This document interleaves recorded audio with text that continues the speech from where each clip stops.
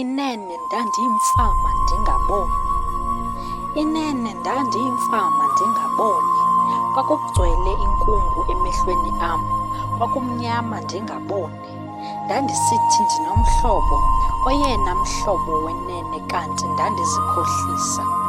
Kakade amehlo akaphakelani, ndandizibeka ngenyeketyeni xa ndithetha naye.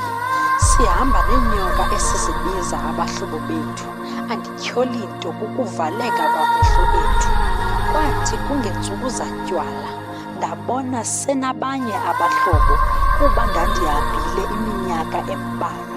Ndandingazenzanga, ndandinyanzelekile, kwakungenxa yeemeko zemfundo. Ngelakhe wayesithi ndamsingela ndahamba. Ndathi ndizama ukumcacisela, suke wandifaka icephe emlonyeni, zange andiphe ithuba lokubhodla ndithethe. Wasuke wandonyelisa nabahlobo bakhe, wathetha iimfihlo zam elalini. Ndandiyintlekisa ebantwini, iinyembezi zam zazichiphiza okwamachontsi amanzi echibini, kuba wandikhanyela wandingcatsha. Ndatsho ndanesifundo endisifundileyo, inene umntu yinkulukuzazi, imehlo liphandwa kube kanye. Wandenza umpha ochutywe walahlwa, kakade isala kutyelwa sibona ngoluphu.